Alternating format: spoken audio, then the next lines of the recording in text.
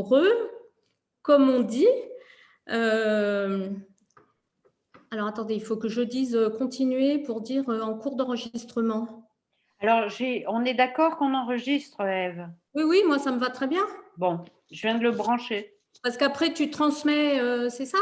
C'est Ben bien? après, on voit, s'il y a besoin, on fait un montage. Oui, Et puis après, on transmet aux gens qui le on va demandent, peut être là. s'ils ont payé leur soirée. Parfait. Alors, c'est moi qui suis honorée de venir intervenir et partager ma passion à un public aussi varié et accueillant, si je m'en réfère à la première fois où j'étais venue, qui avait été une soirée extrêmement chaleureuse, effectivement, dans votre association. J'en garde un excellent souvenir. Oui. Donc, j'espère que vous allez tous bien. D'abord, on va dire au mieux, que vous allez au mieux avec et dans vos corps qui sont en train de vivre, on va dire en miroir, cette période tellement étrange, folle, bizarre, inquiétante et passionnante que nous vivons en ce moment. Hier, j'avais un client qui me disait c'est quand même bizarre, ce que nous vivons est absolument totalement anormal et en fait, je suis dans la rue, je regarde tout le monde et on a l'impression qu'on fait comme si tout était normal. Donc, c'est vrai que nos corps en ce moment sont, comment dire, on ne peut plus ou quasiment plus se toucher, en tout cas au-delà du cercle familial proche, mais on est touché de plein fouet tous et à plein de niveaux par ce qui est en train de se passer. Et voilà, c'est ça le sujet qu'on va aborder ensemble ce soir. Avant que... Alors, je fais l'hypothèse que si vous êtes là ce soir, c'est que soit vous avez déjà une pratique corporelle, vous, à titre personnel, et ou que vous mettez déjà aussi du corps dans vos pratiques. En général, chez les PNListes, là, on ne va pas faire un tour là-dessus, mais il y a à la fois des coachs, des consultants, des enseignants, des praticiens de santé. Enfin, je sais que le public est varié, des managers. Donc, je fais l'hypothèse que si vous êtes là ce soir, c'est que vous avez déjà une pratique et au minimum un intérêt, donc une intuition de l'importance du corps. Et ce qu'on dit en général le plus souvent sur la ressource que peut constituer la connexion au corps, tourne le plus souvent autour des notions de centrage, alignement, retrouver des ressources, garder sa stabilité dans cette période chaotique. Alors, faisons l'hypothèse que vous avez déjà tous un intérêt pour le corps. En fait, j'ai envie d'aller un cran plus loin ce soir avec vous. Et en vrai, ce dont j'ai vraiment envie de parler, c'est ça que j'ai voulu indiquer dans le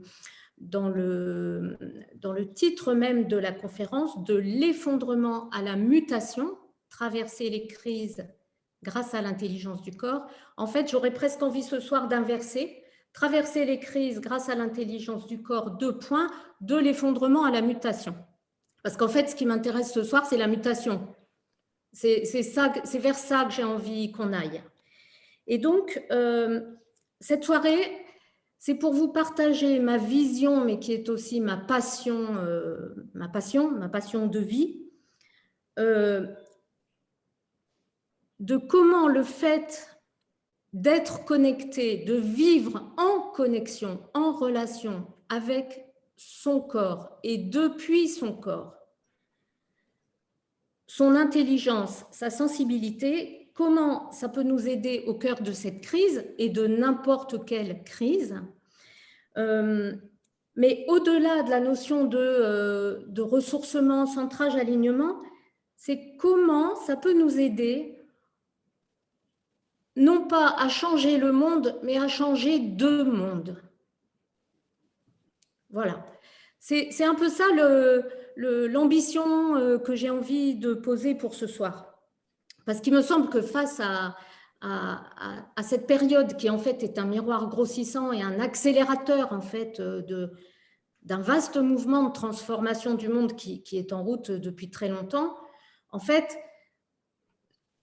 comment dire, ce qui est intéressant, c'est comment chacun de nous, là où il est, peut pour lui-même et pour son environnement, pour son entourage, développer des manières d'être, d'agir et d'entrer en relation qui vont faire que on va changer de monde intérieurement, au sens changer presque de paradigme, de culture, de manière d'être, qui vont faire que c'est comme ça que nos environnements, par voie systémique, vont changer aussi. Et que c'est à cet endroit-là qu'on peut avoir, j'ai envie de dire, de l'impact, en tout cas participer au mouvement de mutation actuel.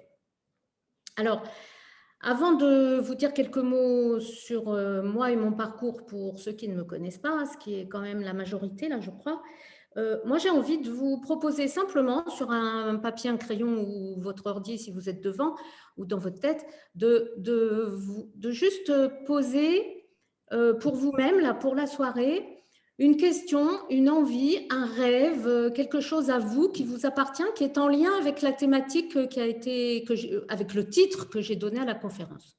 En le retournant comme on vient de le dire, c'est-à-dire traverser les crises, celles-ci et d'autres, grâce à l'intelligence du corps, 2 points, de l'effondrement à la mutation. Qu'est-ce que ça vous dit? Qu'est-ce que ça vous déclenche comme envie? Comment vous avez envie de vous approprier cette, je ne sais pas, cette adresse pour vous-même? Voilà, un questionnement, une envie, un rêve, un objectif.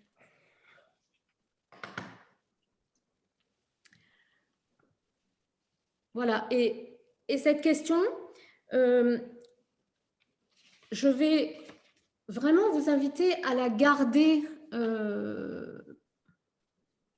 à la fois à côté de vous, dans vous, à vivre cette soirée ensemble en étant habité de ce questionnement, de ce rêve, de cette envie, pour en faire presque un support de votre vécu, de ce qu'on va partager ensemble. Et n'hésitez pas, pendant que je vais parler, vous présenter des choses, pendant que vous m'écoutez et pendant après qu'on va échanger, parce qu'on va se garder tout un temps d'échange, je vous invite vraiment à, je ne sais pas, puiser dans votre écoute avec votre corps et dans votre corps, dans votre écoute de votre intériorité, puiser dans tout ce qu'on va brasser là ce soir, des éléments, des réponses, des intuitions, des choses qui viennent, des pensées, des idées géniales, des sensations, des impulsions. Prenez des notes, vous voyez, pour qu'il y ait comme un panier, une petite moisson tout à l'heure. Voilà, ça marche ça? Ok. Donc, je vais prendre un temps pour vous parler un petit peu de où j'en suis, de qui je suis, de quoi je m'occupe. Et puis, ensuite, on va se donner un temps d'échange qu'on va essayer de… Donc, Marie-Christine, André, vous me confirmez qu'on s'arrête à 8h30, c'est ça? Oui, c'est bon. Voilà. Donc, bien. C'est vous qui déciderez. Oui, ben, on ne va pas tenir les gens trop longtemps non plus ce soir. C'est bien. Voilà. Donc, on va essayer de… Je vais vous présenter, voilà, et vous parler pendant… et peut-être faire une ou deux petites propositions pratiques de ressenti corporel jusqu'à 8 heures maximum. Et puis, après, on se fait un échange des questions. Si pendant que je parle, que je vous parle, il y a des questions qui vous viennent, vous pouvez aussi les poser par chat. Après, on les balayera. Vous pourrez les poser verbalement ou par chat. Voilà. Alors, je vais d'abord vous dire quelques mots de moi pour que vous sachiez quand même qui vous parle. Donc, moi, j'ai tout un parcours professionnel au contact du corps depuis le début. Je dirais même un parcours de vie parce que je pourrais dire, j'ai grandi avec à la fois la sensation et donc la conviction, le vécu non verbalisé à l'époque, mais absolument fondateur, que de toute façon, sans la sensation de mon corps qui était très, très consciente, je me disais tout à l'heure, en fait, j'ai le sentiment d'être née dans un corps. Je me disais, oui, mais ça, c'est le cas de tout le monde. Tout le monde naît dans un corps, mais j'ai l'impression que j'avais une conscience aiguë de ma propre présence dans mon corps et de la présence de mon corps en moi. Et que si j'en avais tant conscience, je pense que j'en avais énormément besoin pour me construire, pour me sentir entière, pour me sentir solide, pour me sentir exister et donc pour penser mieux aussi. Et j'ai vraiment, moi, le sentiment dans ma vie que dès l'enfance, la notion de l'unité corps-esprit, elle n'a pas été discutable, elle a été toujours une évidence absolue pour moi. Donc, logiquement, j'ai eu tout un parcours professionnel dans ce sens. Donc, mon premier métier, c'est d'être psychomotricienne. C'est le métier paramédical qui relie le corps et l'esprit et qui part du principe que notre corps est un outil à la fois de sens, d'expression, de communication, enfin un outil, pas au sens utilitaire, mais que c'est le lieu de notre être au monde et de notre expression, de notre communication. Donc, comme André le rappelait, donc je me suis formée très très tôt à la fasciathérapie. Pour ceux qui ne connaissent pas la fasciathérapie, je ne vais pas développer ce soir, mais je vais juste en dire que ce n'est pas la thérapie de la face, mais c'est la thérapie des fascias, et que les fascias, c'est un tissu dans notre corps qui relie absolument toutes les parties de notre corps, tous nos organes, os, muscles, viscères, etc., comme une vaste toile d'araignée dont on est en train de découvrir de plus en plus qu'en fait c'est un organe à la fois de perception de soi, de l'environnement, un organe de communication d'informations à l'intérieur de nous et entre nous et les autres. Il y a un grand mouvement de recherche internationale à l'heure actuelle qui dit que, voilà, on a découvert un nouvel organe. Alors moi, quand je me suis formée à la fasciathérapie, il y a des fasciathérapeutes là dans l'assistance. Bonjour Chantal, Vincent, et tous ceux que, voilà, somatopsychopédagogues, voilà. À l'époque, la fasciathérapie, dans le début des années 80, quand son fondateur, Danny Boyle, l'a créée, c'était extrêmement, comment dire, c'était très précurseur d'aller dans ce champ. C'était très, très peu connu. Aujourd'hui, on sait que les fascias, c'est donc un organe essentiel et qui, ça je vais peut-être le dire tout de suite, qui, à l'intérieur de nous, discute avec la force de gravité qui est le fondement de notre incarnation sur la Terre. Les fascias à l'intérieur de nous, c'est un tissu qui nous soutient et qui nous porte. C'est un tissu dans lequel le mouvement du vivant, on pourrait dire, se glisse et nous soutient et nous porte. S'il n'y avait pas les fascias, on pourrait dire qu'à l'intérieur de nous, il y aurait, alors là pour le coup on est dans le titre de la conférence, comme un effondrement. Vous voyez, c'est ça qui fait que la gravité nous tient sur la Terre et les fascias nous dansent avec cette gravité pour faire que nous sommes des êtres debout et qui potentiellement, quand nous sommes en lien avec cette vie intérieure profonde du corps, nous sommes debout sur la terre sans effort. Je laisse un petit silence pour vous permettre de goûter l'information. Nous pouvons être debout sur la terre sans effort parce que dans notre corps, il y a une structure qui est là pour nous faciliter, comment dire, pour nous porter, pour organiser nos gestes nos actions, nos paroles, nos façons d'agir, d'être en relation, de prendre nos décisions et même nos façons de penser pour porter tout ça du dedans. Et ça, j'en reparlerai tout à l'heure. Donc, moi, je me suis formée très tôt à la fasciathérapie qui, en fait, ressemble, c'est un petit peu une cousine de l'ostéopathie, si vous voulez, sauf que, voilà, c'est une thérapie manuelle. J'ai enseigné très vite la fasciathérapie et ensuite, en fait, j'ai dirigé pendant 20 ans, 17 ans très exactement, l'organisme national de formation à la fasciathérapie et à la somato-psychopédagogie, qui est la pratique d'accompagnement psychocorporel plus global qui est née de la fasciathérapie. Si vous allez voir sur mon site internet, qui nous évitera d'y passer trop de temps ce soir, vous avez toutes les références. J'ai écrit un bouquin sur la somato-psychopédagogie. Il y a, comme Célia le faisait remarquer, il y a un documentaire sur les fascias sur Arte qui est très facile à voir, très facile d'accès. Il y a beaucoup de livres, donc vous pourrez aller voir tout ça. En parallèle, merci Chantal. En parallèle de ça, voilà, celui-là c'est le dernier, là tu es un petit peu en avance.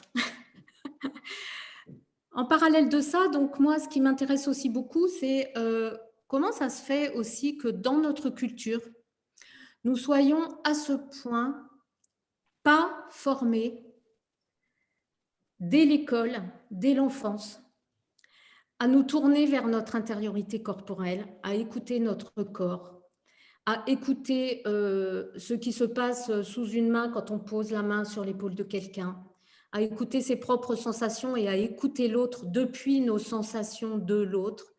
Qu'est-ce qui fait que y ait à ce point, on va dire, à la fois un tabou et un grand absent dans l'éducation sur cette question du corps. Tabou qui, hélas, comment dire, est un revers de la médaille que je trouve douloureux à ce mouvement sociétal que je bénis de libération de la parole autour des violences sexuelles. Ce mouvement évidemment de libération de la parole et qui provoque des prises de conscience très très fondamentales, enfin, il est crucial et il a comme corollaire en même temps que le toucher devient très difficile. À l'école, aujourd'hui, un enseignant n'ose plus toucher un enfant. Et donc, moi, c'est un petit peu ma grande tristesse dans l'histoire qu'il n'y ait pas une éducation, en fait, au toucher, à ce que c'est que le vrai toucher relationnel qui est forcément respectueux de l'autre, de son corps, de son intimité, parce que ce toucher perçoit l'intimité, l'intégrité, la singularité de l'autre. Et quand je parle de toucher réel avec la main, mais je parle aussi de comment nous nous touchons les uns les autres sans nous toucher, comment on est touché par un environnement, comment on est touché plus ou moins bien par l'autre, par des parents, par des collègues, par un boss, par un ami, par l'attention qui est posée sur nous, bien posée ou mal posée, ou par l'indifférence ou par la maltraitance.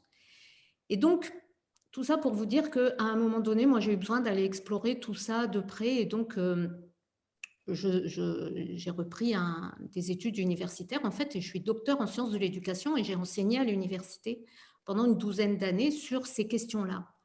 Et sur la question, le thème de ma thèse de doctorat, c'était rapport au corps et création de sens. Et en fait, si je dois vous dire le plus, comment dire, le fil rouge le plus profond de toute mon existence, c'est comment en fait, vivre et être au contact très tangiblement avec le corps, son intelligence et sa sensibilité, notre propre corps et le corps d'autrui, comment ça peut réellement, comment je pourrais dire, nourrir, guider, orienter, donner du sens, transformer et même révolutionner nos manières d'être, nos manières d'entrer en relation, nos actes, nos paroles et même nos pensées. Et en fait, quand dans cette conférence, j'ai eu envie de dire de l'effondrement à la mutation, c'est de ça que j'ai voulu parler. Nos corps en ce moment sont en miroir, nos corps ne sont pas en ce moment en miroir de l'environnement, nos corps sont en permanence en miroir de l'environnement parce que nos corps sont notre corps à chacun est notre premier organe de perception. On l'oublie complètement dans la culture qui est la nôtre. Il y a d'autres cultures, Dieu merci, où ça a été plus... où c'est un fondement plus actif, plus vivant. Et donc, notre corps est en miroir d'un environnement qui, et c'est ça la notion d'effondrement des collapsologues pour ceux qui s'intéressent à ces théories, c'est l'effondrement en ce moment, ce qui nous... le risque face auquel on est, et que le Covid ne fait que accélérer, c'est juste un miroir grossissant et un accélérateur d'une crise ou d'un mouvement qui est entamé depuis bien plus longtemps, d'épuisement des ressources de la planète, d'épuisement des ressources des humains et d'épuisement des ressources du corps. Le corps, il est pressurisé, le corps, on exploite la vitalité des corps dans les lieux de travail, dans la plupart des entreprises, des organisations et dans une forme de culture globale de la performance, on exploite les ressources du corps comme on exploite les ressources de la planète. C'est la même histoire. Et en même temps, le corps, comme la planète, est aussi un lieu où vit le vivant. C'est aussi un lieu où le vivant existe, émerge, se renouvelle, nourrit de l'innovation, du renouvellement. Les cellules de notre corps sont en train, en ce moment même, pendant qu'on est là ensemble, de se renouveler, vitesse grand V, enfin pas toutes à la même vitesse. Donc il y a aussi une force d'innovation dans notre corps qui est là. Et donc, ma question dans tout mon travail, c'est comment on peut, non pas exploiter, mais explorer et honorer et magnifier et faire vivre et incarner ce trésor que nous avons dans le corps, qui est,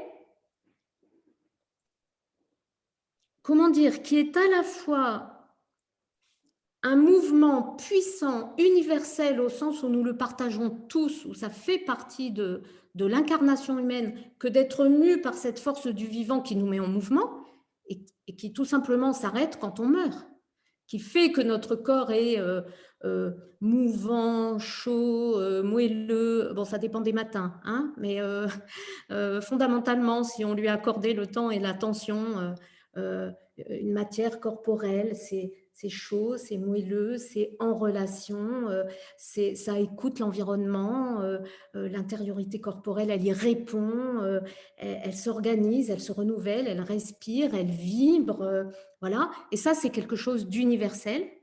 Et en même temps, ce trésor qui est à l'intérieur de notre corps, c'est aussi notre singularité à chacun.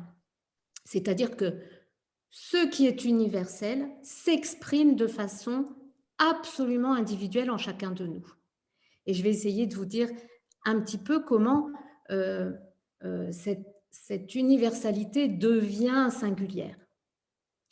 Et comment ça s'exprime. Et comment nous, on peut, nous-mêmes, dans nos fonctions sociales, intégrer cette dimension dans notre propre façon d'habiter nos fonctions professionnelles, nos missions, question, et comment on peut, en tant qu'accompagnateur, aider nos clients ou nos publics ou nos élèves ou nos étudiants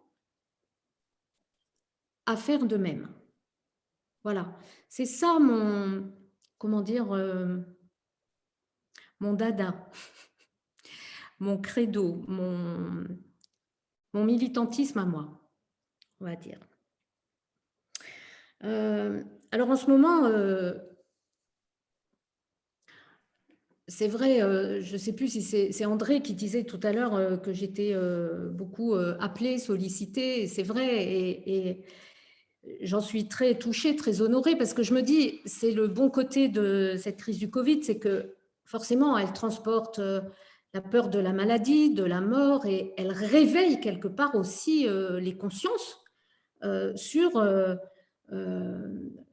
d'abord le fait qu'il faut prendre soin de nos corps, prendre soin de notre santé, mais aussi par la disparition de tout un champ de liens sociaux, on est en train de se rendre compte que c'est important. Donc, par exemple, je suis sollicitée, j'avais envie de vous partager ça ce soir, mais il y a quelques mois, j'ai été invitée à une émission sur France Inter, Peut-on vivre sans se toucher ? La semaine dernière, j'ai été invitée à participer à une conférence qui va avoir lieu le 2 juin en ligne sur l'importance des liens sociaux.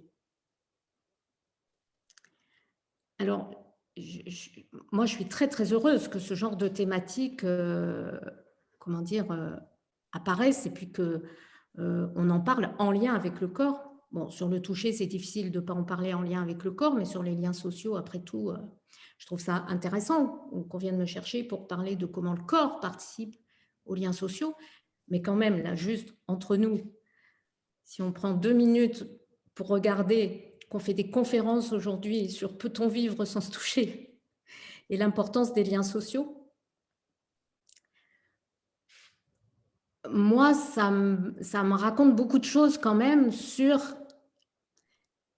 comment dire, je ne sais pas, sur la culture dans laquelle on vit, quoi, sur ce qui a été oublié, alors que c'est juste le fondement même de notre vie tout court, d'être incarné.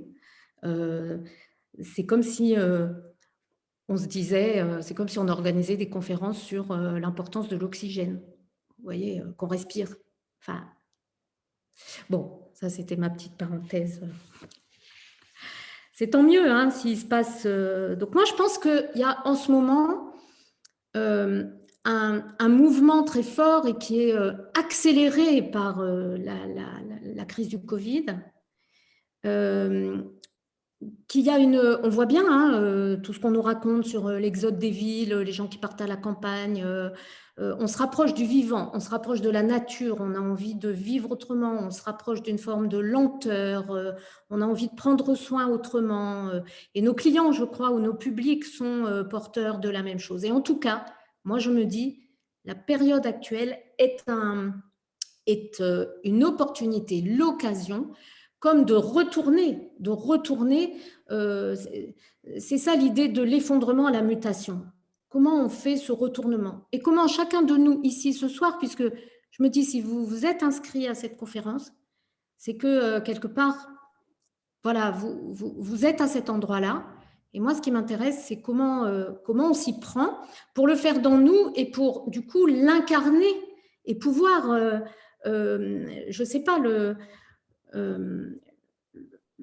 le transmettre dans nos environnements. Ce midi, je parlais avec un grand ami médecin qui me disait la peur, il me disait quelque chose de très intéressant, il est neuropsychiatre et il me disait la peur de la maladie et de la mort et la façon dont les morts sont décomptées tous les jours déchire les défenses psychiques des individus.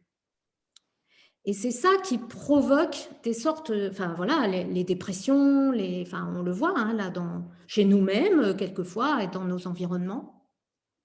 Et il me disait, cette peur est plus contagieuse que le virus. Et moi, je fais le pari, qui n'est pas qu'une hypothèse, que je vis tous les jours avec mes clients, mes stagiaires en formation,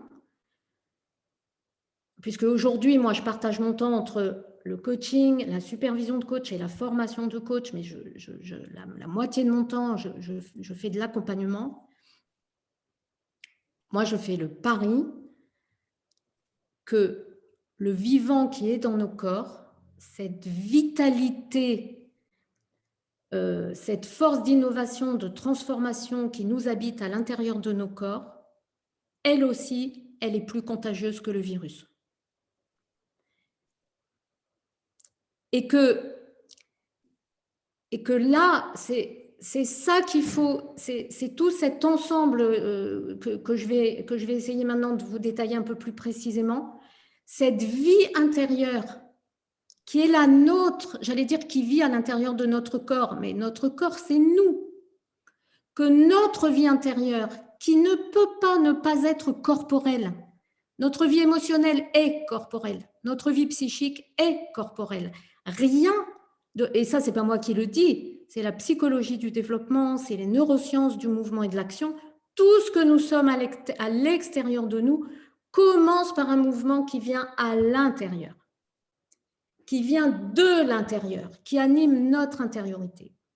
Et cette intériorité,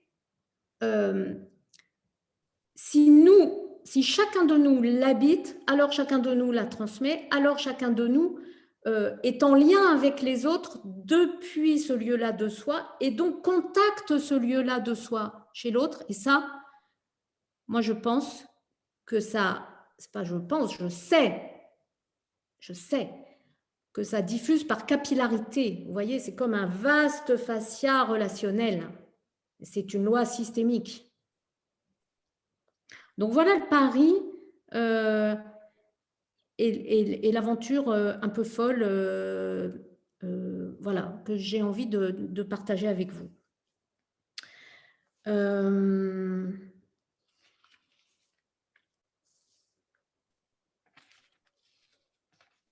Ça vous parle? Ça résonne pour vous? Si vous devez me faire un petit geste à l'écran. Ça... Ok. Vous y êtes à cet endroit-là, si vous êtes là ce soir. Ouais. Forcément. Forcément. Donc, merci aussi. Enfin, voilà. Merci pour ça. Ah, super. Tout à l'heure, on échangera verbalement, hein. Alors, du coup, vous voyez, si je vais un petit peu plus loin, je vous parle beaucoup d'intériorité. Intériorité. Toutes nos façons d'être à l'extérieur viennent de l'intérieur. Ça, c'est, je dirais, peut-être une spécificité de ma façon, et c'est pas que la mienne, évidemment, il y a tout un courant derrière moi, qui est le courant de la fasciathérapie, de toutes les pratiques du sensible et qui ont été initiées dans ce champ, mais qui enfin voilà, il y a des tas d'autres pratiques que celles d'où je viens, qui vont dans ce sens.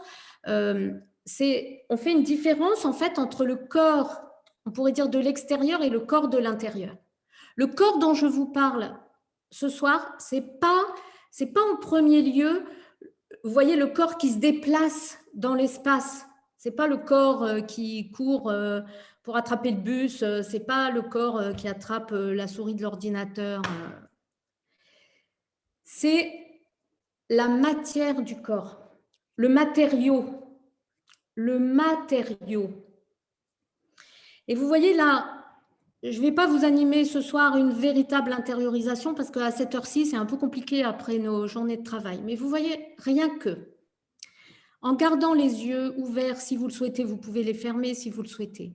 Mais le simple fait de se poser dans son corps, sans doute parmi vous, il y en a plein qui pratiquent déjà une certaine forme de méditation ou d'intériorisation.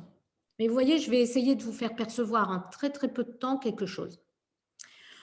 On peut là, vous êtes assis, assise, et vous pouvez déjà juste, vous voyez, vous asseoir vraiment. Vous voyez, il y a une différence entre s'asseoir sur sa chaise, sentir qu'on est assis sur sa chaise, et comme laisser notre présence descendre dans notre corps. Ça vous fait comme déjà là, comme un mouvement interne, intérieur, qui, sans que vous bougiez forcément à l'extérieur, là je ne vais pas forcément vous voir bouger à l'écran moi, mais à l'intérieur de vous, il y a quelque chose qui se dépose, comme si les atomes qui vous constituent étaient en train de se déposer dedans à l'intérieur. Et vos appuis, vous savez, souvent dans les pratiques d'intériorisation ou de méditation, on vous fait sentir les appuis sur le sol, les pieds sur le sol. Mais en fait, quand vous faites ce mouvement intérieur de déposer, de laisser descendre, de vous asseoir dans votre corps, de venir vous déposer dedans, alors j'ai envie de dire, vos appuis sur le sol, c'est l'inverse. Ils se révèlent à votre conscience. Ils deviennent tout naturellement habités. Vous voyez la différence? Et quand vous êtes là, ce que vous pouvez faire, quand vous vous sentez comme ça déposé à l'intérieur de vous, vous pouvez avoir une forme de vision, de conscience de votre corps, de sa position dans l'espace, de son contour, mais vous pouvez aussi faire un pas de plus et laisser votre intériorité, voyez tout ce volume qui vous constitue, non pas qui est en vous, qui vous constitue, le laisser comme se dilater. Laissez votre présence intérieure, votre présence occuper votre intériorité, se dilater à l'intérieur de vous, se répandre dans les petits coins de votre corps, comme le ferait un sachet de thé qu'on plonge dans l'eau bouillante et où on voit, vous voyez, la couleur qui se répand dans l'eau. Voilà. Quand je parle d'intériorité corporelle, je parle de cet espace d'existence qui est le nôtre, qui est à la fois totalement universel. Nous avons tous une intériorité corporelle et en même temps absolument singulière, parce que ce qui s'y passe est absolument personnel. Donc, ça va, cette différence entre le corps de l'extérieur et le corps de l'intérieur, de la matière corporelle. Alors, maintenant que vous êtes là, je prolonge l'expérience un tout petit peu. Merci à ceux qui répondent à mes petites questions sur le chat. En étant comme ça, dans cette connexion à vous-même, c'est même pas une connexion, c'est juste vous vous habitez vous-même, corporellement. Vous voyez, c'est fou de se dire qu'on peut ne pas habiter nos corps. Alors là, vous y êtes. Donc, maintenant, si je vous dis que, si je vous fais une petite invitation qui est de simplement vous laisser grandir, faire un mouvement très doux vers le haut, mais un mouvement, écoutez bien, qui emmène tout l'intérieur de vous, toute cette intériorité dans laquelle vous vous êtes déposé. Si vous vous dites, tiens, maintenant, je vais me déployer et grandir comme en dépliant toute cette matière interne qui me constitue. Alors là, vous voyez bien que si vous faites un mouvement très grand comme ça, très rapide comme à la gym, vous voyez, ça ne va pas le faire. Vous allez laisser sur place votre intériorité. Vous allez en sortir ou la laisser sur place. Alors là, vous allez juste déplier à l'intérieur de vous. C'est depuis l'intérieur que ça part, comme si chacune de vos cellules prenait son espace au-dessus de celle d'en dessous et s'élevait et que tout comme ça grandit de vous. Et comme un mouvement intérieur de votre propre croissance. Aujourd'hui, de votre propre envie de croissance, de votre propre besoin de déploiement. Et si vous laissez ça très lentement se déplier, voilà, goûtez ce que ça vous fait à l'intérieur de vous. Juste ça. Et jusqu'où vous avez l'impression que vous pouvez aller? Est-ce que vous avez l'impression que vous vous déployez beaucoup, que votre corps a soif de ce déploiement, dépliement de croissance? Est-ce que c'est compliqué? Est-ce que vous avez l'impression d'avoir un couvercle sur la tête? Comment ça se passe pour vous? C'est un mouvement, quand on est toute la journée devant l'ordinateur, on ne le fait plus très souvent.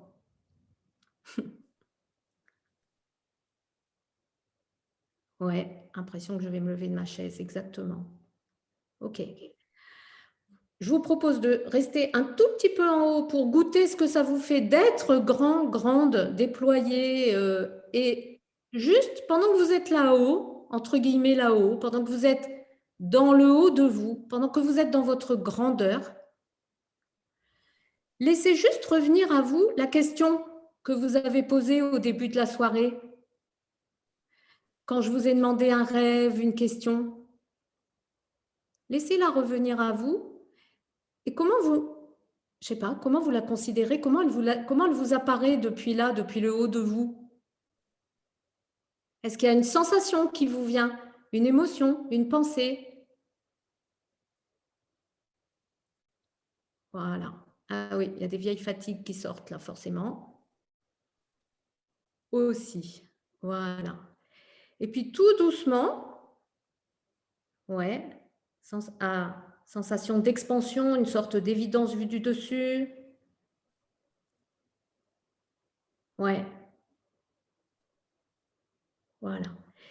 Et là, on va faire juste le mouvement inverse, de laisser toute notre matière interne aller s'ancrer dans ses racines, vous déposer en bas et en arrière de vous-même. Mais du coup, aussi lentement, aussi profondément, j'ai envie de dire, dans un profond mouvement d'ancrage, d'accueil, comme si vous alliez vraiment vous asseoir dans votre intériorité, dans votre profondeur, dans vos racines, dans vos jambes, dans votre bassin, tout en bas et en arrière. Votre dos se courbe. Voilà, comme pour vous accueillir vous-même. Voilà, vous mettre en repos, de l'intérieur. Voilà, super. Voilà, et pareil, vous posez un petit point d'appui à cet endroit-là. Un petit point d'appui, ça veut dire un petit temps d'arrêt pour goûter cette posture. Et pareil, laissez revenir votre question. Et qu'est-ce que ça fait quand vous êtes dans cet autre mouvement qui appartient à notre répertoire fondamental de mouvement, qui est le mouvement justement de se tourner vers son intériorité, d'accueillir soi et le monde dans son intériorité. Voilà. Est-ce qu'il vous vient une sensation, une idée, un mouvement? Ok. Ok. Je vois apparaître les mots sur le chat. Ok. Voilà.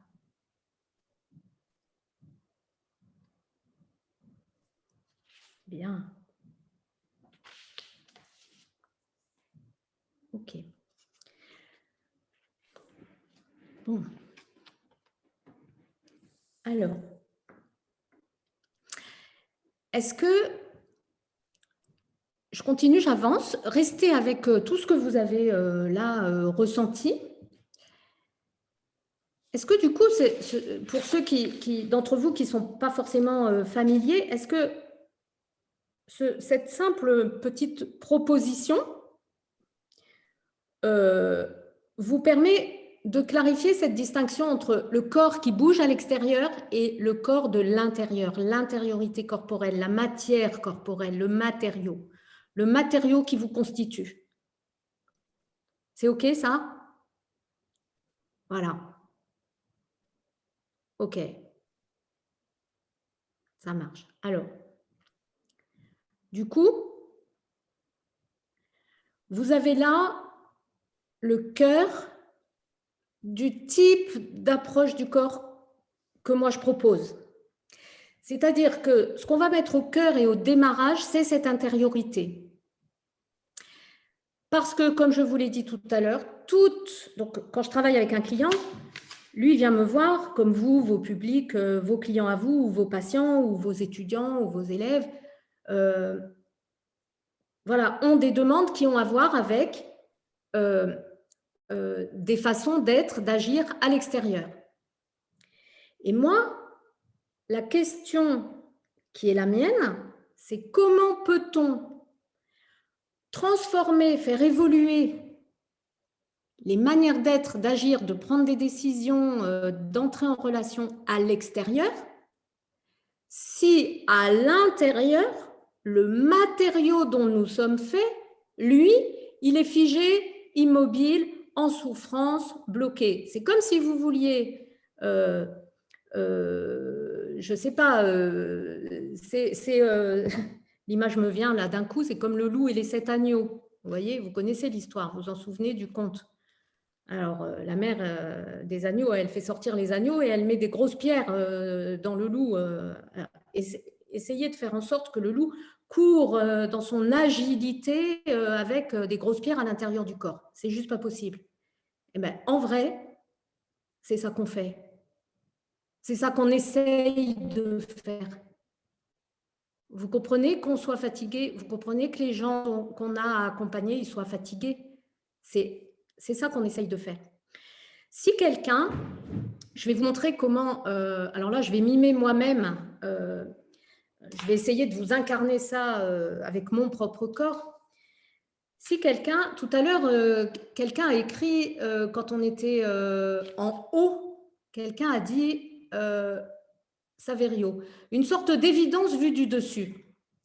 Le haut de soi, ce mouvement vers le haut, c'est le mouvement qui sous-tend toute notre capacité extérieure de vision, de surplomb, de prendre de la hauteur par rapport à une situation.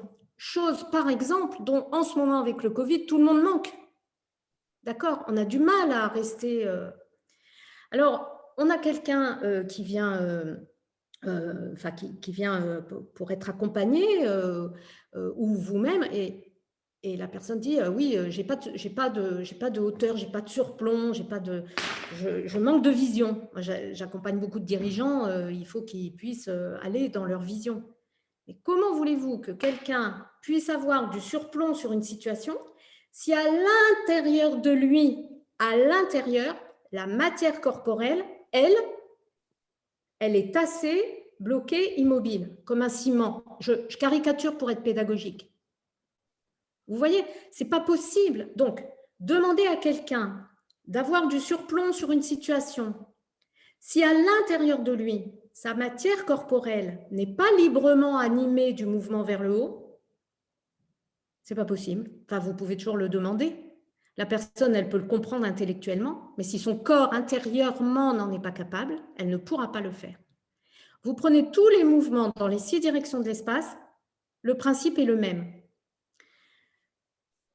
Imaginez, un client vient me voir pour un coaching.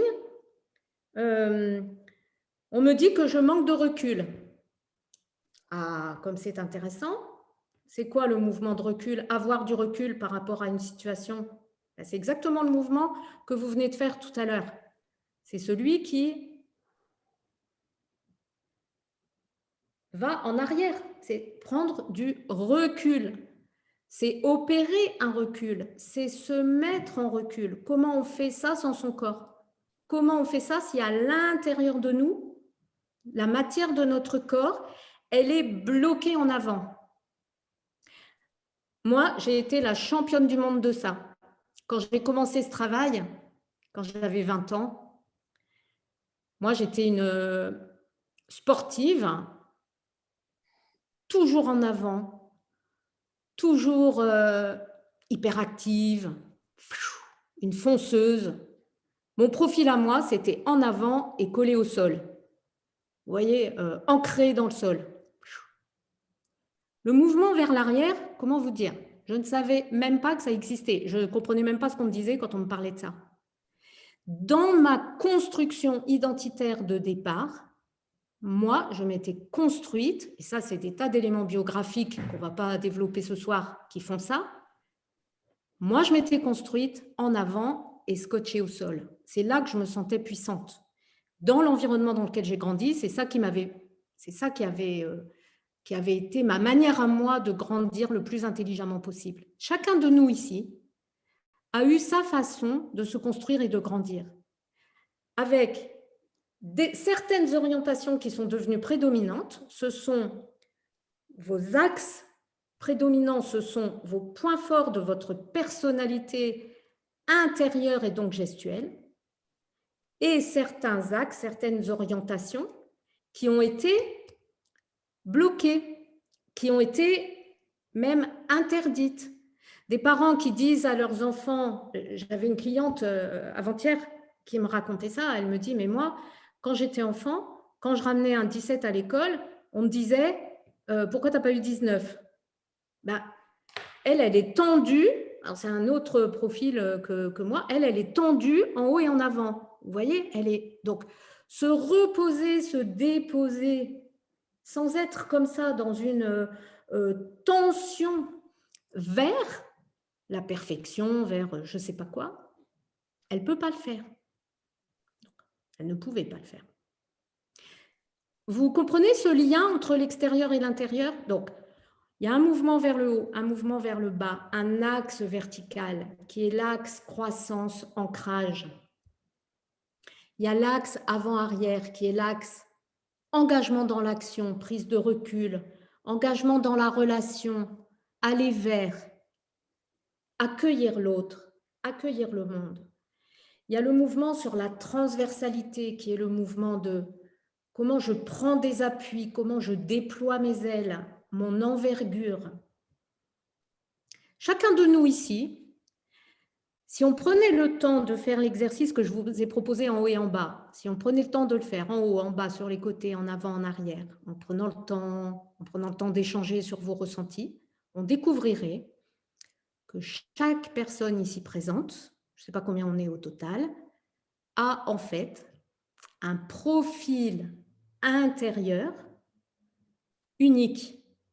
Chacun a une composition de mouvement, d'orientation, d'intensité du mouvement. Il n'y a pas que les orientations, il y a l'intensité, l'aisance, la fluidité avec laquelle on peut s'engager, bouger, etc., qui est absolument unique, individuel.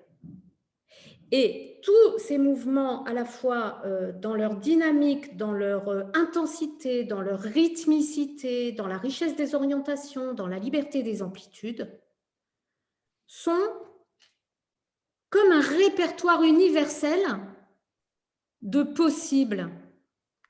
Merci Marie-Christine. C'est un répertoire universel, c'est le champ des possibles universels. On a dans le corps un champ de possibles universels en termes de manière d'être, d'agir, d'entrer en relation. La vraie question aujourd'hui, si on veut passer de l'effondrement à la mutation, c'est comment on fait pour que ce champ des possibles universels, on se l'approprie pour le mettre à notre propre couleur, pour rencontrer notre singularité et pour développer de nouveaux possibles. Et donc, Monique, nous ne sommes pas habituellement entraînés à percevoir nos sensations corporelles, dit Monique. Comment pouvons-nous nous entraîner? Est-ce que la méditation, Bodhiscan par exemple, peut nous y aider?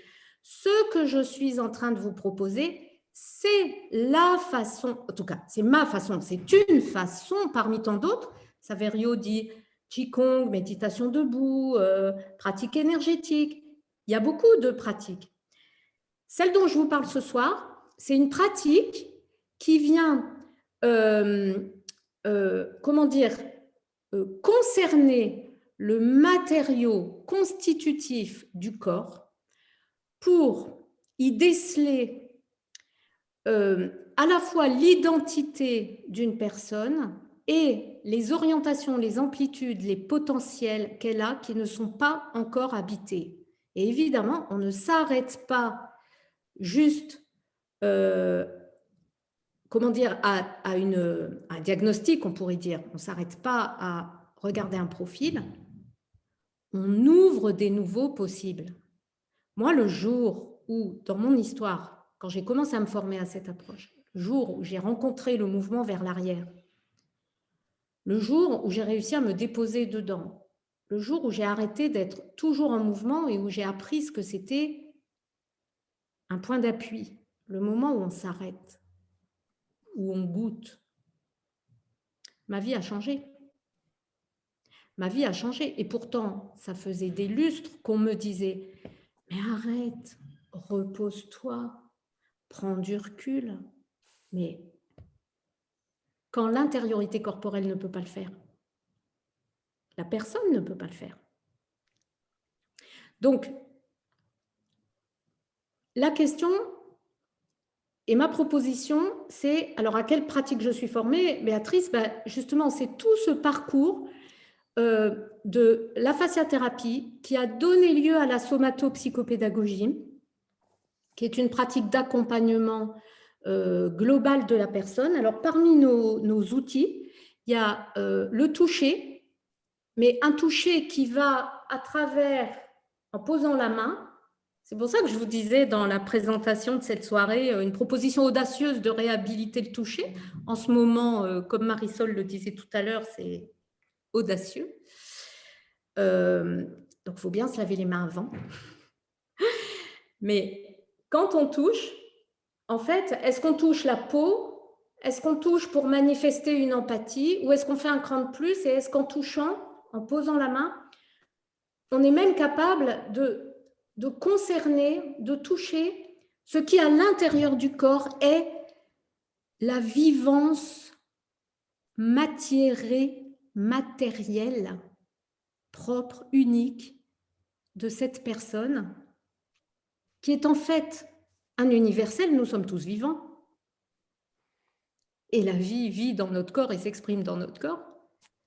Mais la façon dont elle le fait, ça, c'est proprement individuel. Quand on pose une main de cette façon-là, la personne, immédiatement, elle se sent écoutée, accueillie dans qui elle est.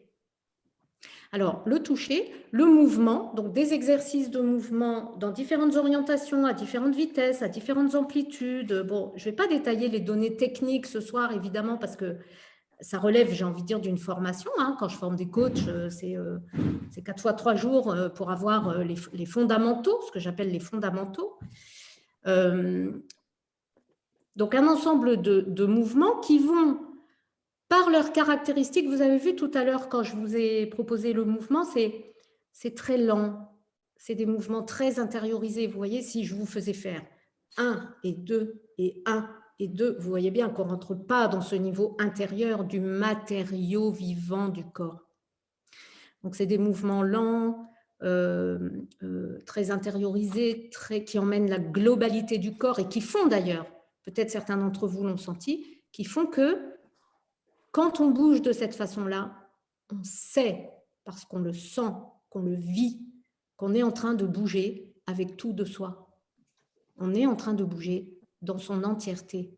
Ce lieu de la matière interne nous réunifie, nous rend à nouveau entier, plein, et donc pleinement présent aux autres, et donc pleinement présent à notre propre vie. Et donc pleinement là pour saisir ce qui, dans l'interaction à l'environnement, se meut à l'intérieur de nous pour orienter nos gestes, nos paroles, nos actions, nos mouvements extérieurs ensuite, d'aller vers, de s'engager dans un projet, de prendre du recul, de lâcher prise, de faire un pas de côté, de s'arrêter, de se poser un point d'appui et de ne plus rien faire. Si c'est ça qui est demandé. Et notre corps, lui, il sait ce qu'il faut parce que notre corps, c'est notre premier organe de perception et de mise en lien avec les situations. C'est un organe profondément relationnel et systémique. Et notre monde extérieur, notre champ de possibles, jusqu'où je peux aller, moi, vers l'autre, vers moi-même, au-dedans, en dehors, dans mon envergure, dans mon amplitude, comment je peux accueillir l'autre, tout ce champ de liberté dans mon extériorité, dans le monde, en fait, est un reflet de mon champ de liberté intérieure. Si aujourd'hui, on s'interroge dans ce moment de crise sur comment, dans nos fonctions sociales, nous pouvons prendre notre part d'acteurs participant aux mutations du monde, c'est depuis l'intérieur de notre corps qu'il faut le faire. C'est avec cette intériorité, depuis tout de nous, mais depuis un tout de nous, comment je pourrais dire, qui est évolutif. Vous voyez, notre identité, elle n'est pas figée, elle n'est pas arrêtée. Quand on entre en contact avec l'intériorité de son corps, on est en contact, je pourrais presque dire, avec la source de l'évolutivité de notre propre identité. Et là, oui, là, on peut passer de l'effondrement à la mutation. Vous voyez que dans ce que j'ai envie de vous partager, c'est plus que je me recentre. Alors, bien sûr, il va y avoir ça. Je ne veux pas du tout avoir l'air de dévaloriser ça, d'accord ? C'est la base. Dans mon corps, je me ressource, je me recentre, je me réaligne. Mais dans mon corps, dans l'intériorité de mon corps, parce que la matière du corps est la cellule souche des paroles, des actes, des pensées qu'on va mettre en œuvre à l'extérieur, alors quand on touche le corps, quand on touche cette partie-là de l'intériorité corporelle, alors la transformation, elle est Oui, mais ça fait un petit pissou. J'arrive pas à trouver des pâtes normales. Il n'y a que des spaghettis ou des trucs de couleur. Je pense qu'il y a un micro qui est resté allumé, c'est excellent. À la télé, on nous en montre des choses comme ça, c'est les gags des visios, j'adore.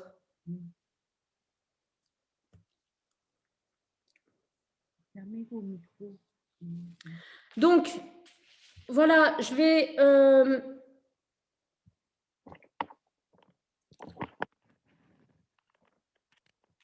Dans mon dernier livre, Saverio préfère les spaghettis. Dans mon dernier livre, j'ai résumé et formulé de cette façon-là en disant on ne peut être et faire à l'extérieur que ce que l'on est capable d'être et de faire à l'intérieur de nous.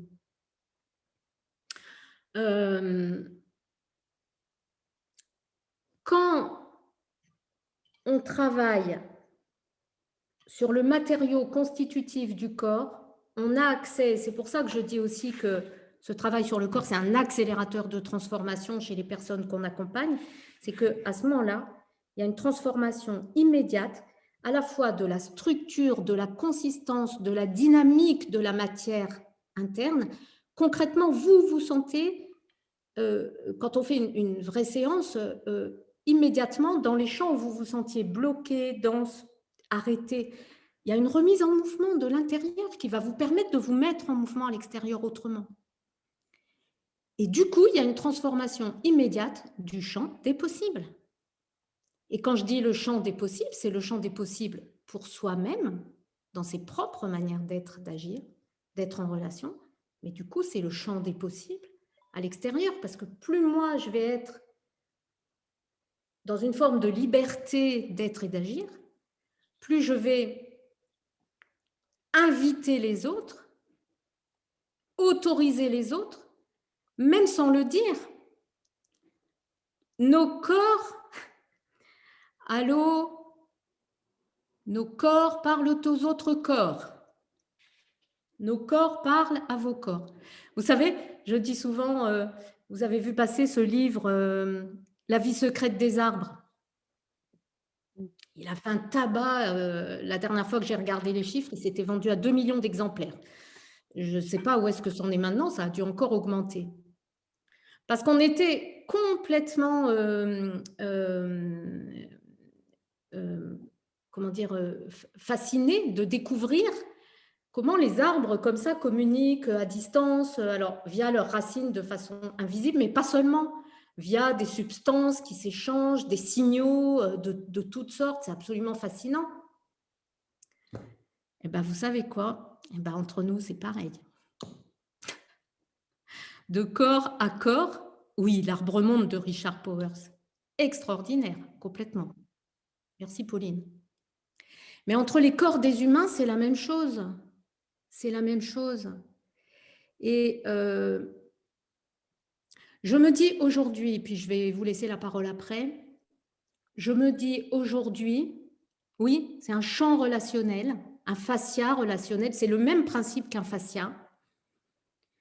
Si la crise que nous sommes en train de vivre, elle permet cette ouverture d'une conscience collective, parce qu'évidemment, il y avait plein de gens qui étaient déjà à cet endroit-là, mais collectivement, là, on voit bien qu'il y a un mouvement qui est en train de se faire. Si ça peut être l'occasion, le moment, je ne sais pas comment dire, d'une bascule, Transformation. quoi. Une transformation, d'un retournement, mais d'un retournement, vous voyez, l'intériorité corporelle, c'est comme un monde caché, privé. Et si dans ce monde-là, toute la vie qui y vit, tout le potentiel à la fois de puissance, de transformation, de renouvellement qui était là, si on retournait par notre manière d'être, vous voyez, en l'incarnant nous-mêmes, alors c'est ça de nous qui parle aux autres. Et ça, enfin, je pense que d'après les petits messages que vous voyez, vous le sentez même à travers l'écran. Quand la parole vient de là, la parole, elle touche le corps de l'autre aussi. Il n'y a pas besoin de toucher avec la main. Heureusement, en ce moment, que nos corps, comme une chaussette que l'on retournerait, c'est ça. Alors, Saverio, pour faire le lien avec la PNL, sauriez-vous nous dire ce qui se produit à l'intérieur du corps lors d'une pratique d'ancrage? 2 mots sur la pratique d'ancrage. Parce que tout le monde utilise le terme pratique d'ancrage chez vous. Saverio, je veux bien 3 mots à la suite sur le chat.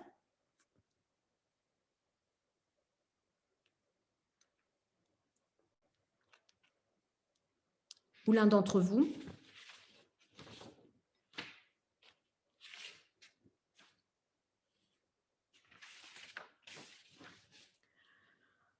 Donc, en tout cas, on va alors, association d'un état ressource à une émotion dans le corps.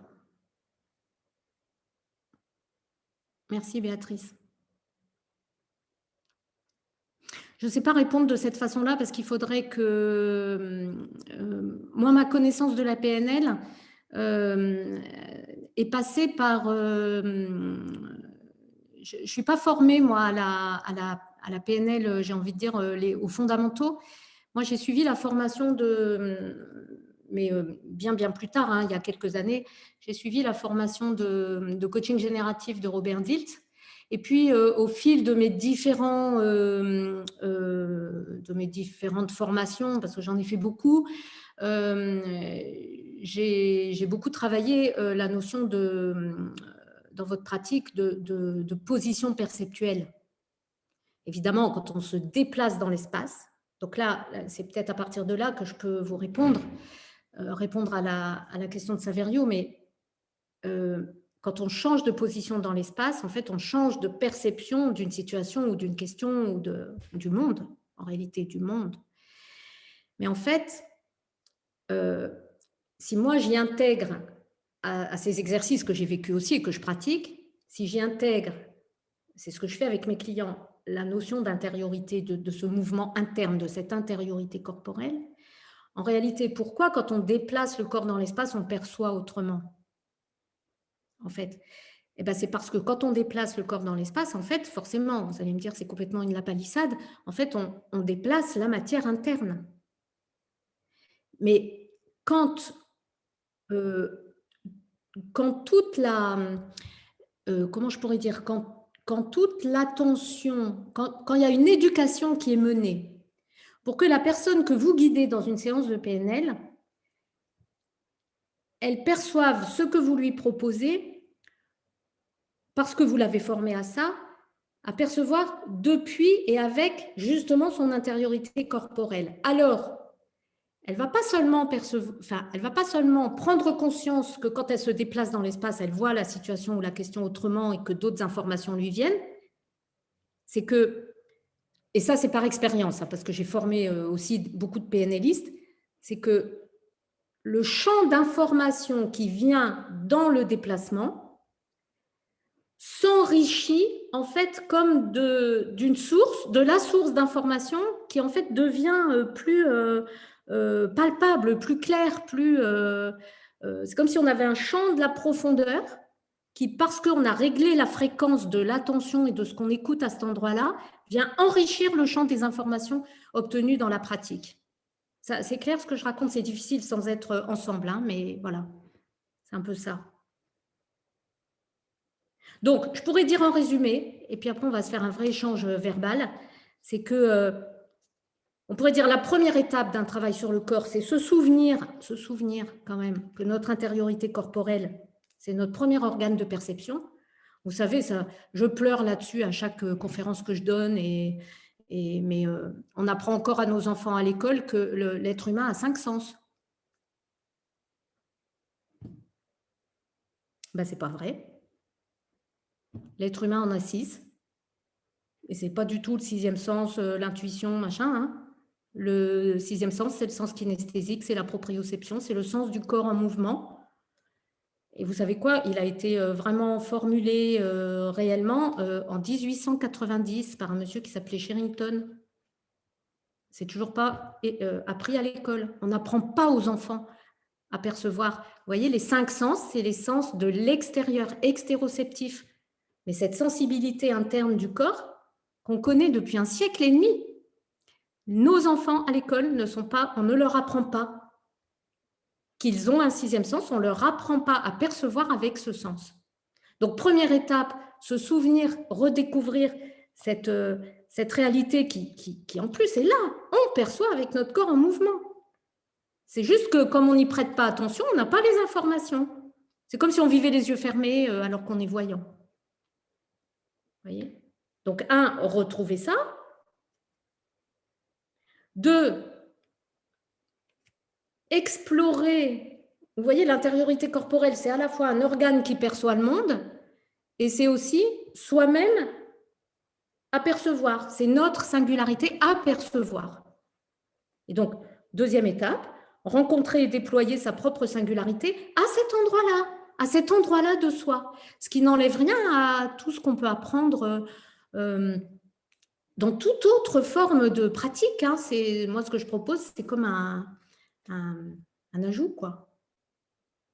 Une source d'information supplémentaire. Et donc là, déployer notre singularité parce que en ce moment particulièrement, c'est vrai de tout temps, mais en ce moment, pendant cette crise terrible, qui va mettre des tas de gens par terre, bien au-delà du Covid lui-même, mais je veux dire, vous savez bien qu'il va y avoir des répercussions en cascade sur le plan psychique, sur le plan économique, sur le plan social. C'est des vagues et des vagues qui vont occuper les années qui viennent. Le monde a besoin de nos singularités déployées. C'est le moment où jamais de nos singularités vivantes. Il faut que la contagion du vivant soit plus forte, que la contagion du virus, je ne sais pas, c'est une question médicale, mais en tout cas que la contagion de la peur, que la contagion de la dépression, que vous voyez, le monde a besoin de nos singularités. Donc, retrouver, déployer sa singularité profonde pour nous et pour nos clients, en orientation, en amplitude, en vitesse, en capacité de variation, en liberté. Et puis là-dedans, après, en même temps, j'ai envie de dire, créer un environnement qui nous ressemble, aider nos clients à créer un environnement qui leur ressemble, ou nos stagiaires, ou nos étudiants. Tout simplement parce qu'avec une singularité déployée avec tout de soi, avec cette intériorité profonde, alors on peut créer sa place, pas trouver sa place. Moi, mes clients, ils me disent, je ne trouve pas ma place. Mais je dis, une place, ça ne se trouve pas. Ça se crée. Ça se crée. Trouver sa place, c'est comme si là, quelque part dans le monde, il y avait une place là qui nous attend. Il faudrait la trouver. Vous imaginez ça? On est d'emblée dans une position d'objet de l'environnement. Non, on le crée, notre environnement. Mais on ne peut le faire que quand on a cette force du vivant comme allié, quand on en est porteur. Alors on est guidé, orienté. Alors se met en place d'autres choses que dans le chant, vous connaissez bien, la notion de synchronicité, la notion... Et c'est pour ça que moi, dans mon parcours, je suis passée d'une fonction de thérapeute aussi à une fonction de coach pour accompagner les projets d'incarner, de créer sa place dans le monde, j'ai envie de dire, d'ambassadeur du vivant et de force de transformation. Ce n'est pas nous-mêmes qui pouvons transformer l'autre ou le monde, mais le vivant qui passe à travers nous, il peut. C'est la mise en relation ensemble qui peut activer les processus du vivant, qui de toute façon sont à l'œuvre en ce moment. Dans le chaos qui est là, c'est à l'œuvre. Bon, je vous écoute. Qu'est-ce que vous avez envie de, je ne sais pas, raisonner, partager, verbalement cette fois, enfin voilà, poser des questions, mais pas seulement juste raisonner. Moi, j'ai aussi envie de... Sophie, quid des émotions? Qu'est-ce que tu veux dire? Je dis tu, hein.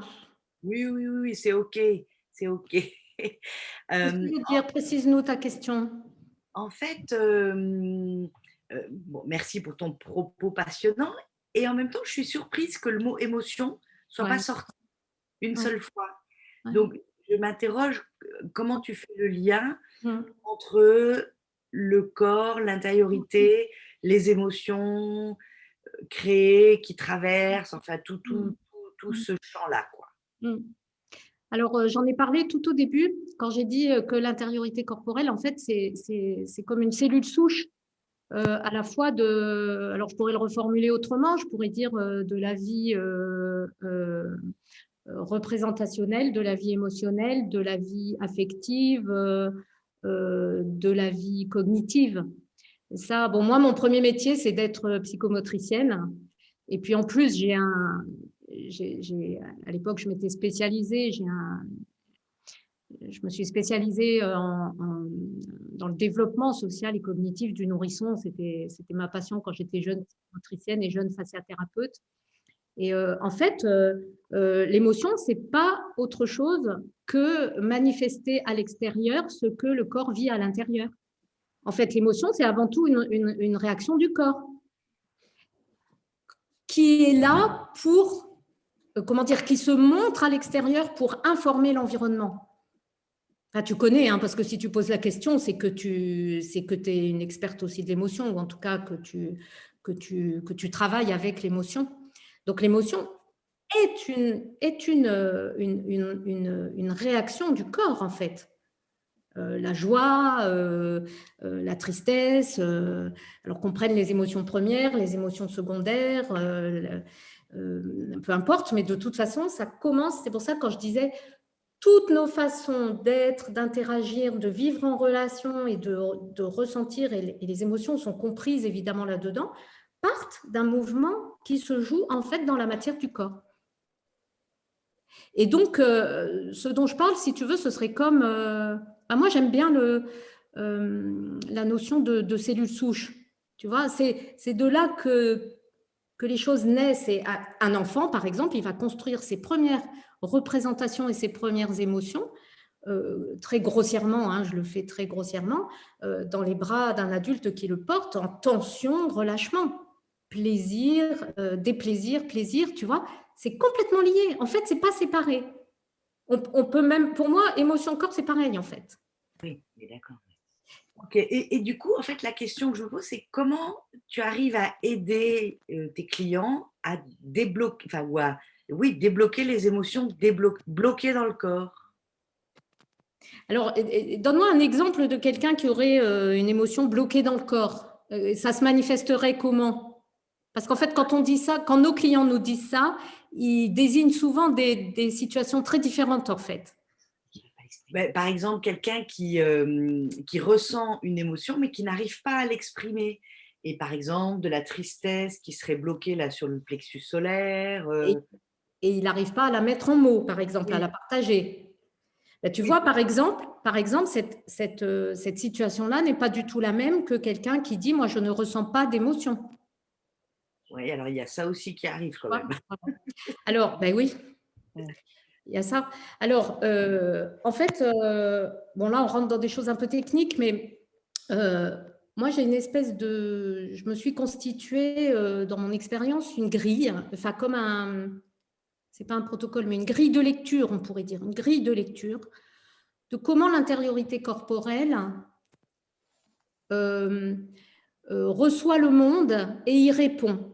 Et c'est dans cet échange qu'il y a de l'émotion, tu es d'accord? L'émotion, c'est un vecteur d'information en fait entre soi et le monde. Et donc ça peut être de l'émotion, mais ce que je vais vous dire, c'est vrai aussi pour justement la parole, c'est vrai, tu vois, parce que par exemple, la personne que tu me cites, est-ce que ce qui est bloqué, c'est l'émotion ou est-ce que c'est sa parole? Moi, je dirais c'est plutôt sa parole en fait, c'est pas l'émotion.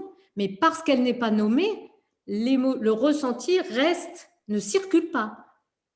Il reste immobilisé en fait à l'intérieur du corps. Oui, parce qu'il y a de l'émotion qui parfois n'est pas parlée, quoi. Exactement, exactement. Et c'est pas l'émotion elle-même qui est premièrement bloquée, mais elle devient bloquée parce qu'elle ne circule pas. Alors moi, j'ai une grille de lecture. Wow, ça m'est jamais arrivé de la donner en conférence comme ça sur Zoom, hein, mais je vais vous la faire rapidement parce que c'est déjà technique, mais je pense que ça va vous parler là, d'après ce que je sens dans l'écoute. C'est d'abord, on perçoit le monde, d'accord? Et il y a des personnes déjà qui, à cette étape de la perception, ratent des choses, comment dire, par manque d'attention, de présence, tu vois? Donc déjà, des fois, l'émotion, elle n'est pas là parce que juste la perception qui pourrait déclencher l'émotion, elle est pas perçue en fait. Mais en fait, percevoir, ça suffit pas. Si nous voulons avoir une vie pleine, j'ai envie de dire, le plein processus, c'est que ce que je perçois, je dois le laisser rentrer dans moi. C'est ça la physiologie, c'est que ce que je perçois doit pénétrer à l'intérieur de moi. Perception, étape 2, pénétration. Tu vois, je laisse rentrer. Je laisse rentrer. Il y a des personnes, elles perçoivent très bien, mais elles ne laissent pas rentrer. Là, c'est un niveau de blocage du processus émotionnel. Ou du processus intellectuel, c'est pareil en fait. Tu as les mêmes étapes. Alors après, je peux laisser rentrer, mais en fait, ça ne suffit pas de laisser rentrer, c'est que, eh ben oui, complètement Marie-Christine, d'où l'importance du lien avec le langage. Et donc, il y a des personnes qui laissent rentrer, mais la troisième étape, c'est que, tu vois, je pourrais laisser rentrer, par exemple, tu me dis quelque chose de gentil, je laisse rentrer ce que tu me dis qui me fait du bien, ou d'un peu agressif, je laisse rentrer, mais ça ne me fait pas du bien, et puis je laisse rentrer et hop, je renvoie tout de suite. Ça ne va pas, ça. Tu vois, le processus physiologique, c'est perception, pénétration, imprégnation. Je laisse le temps. Je laisse le temps. J'accueille. Tu vois, là, j'ai pris le temps, tu me poses la question, de bien comprendre ce que tu veux dire. Je me laisse imprégner. Imprégnation.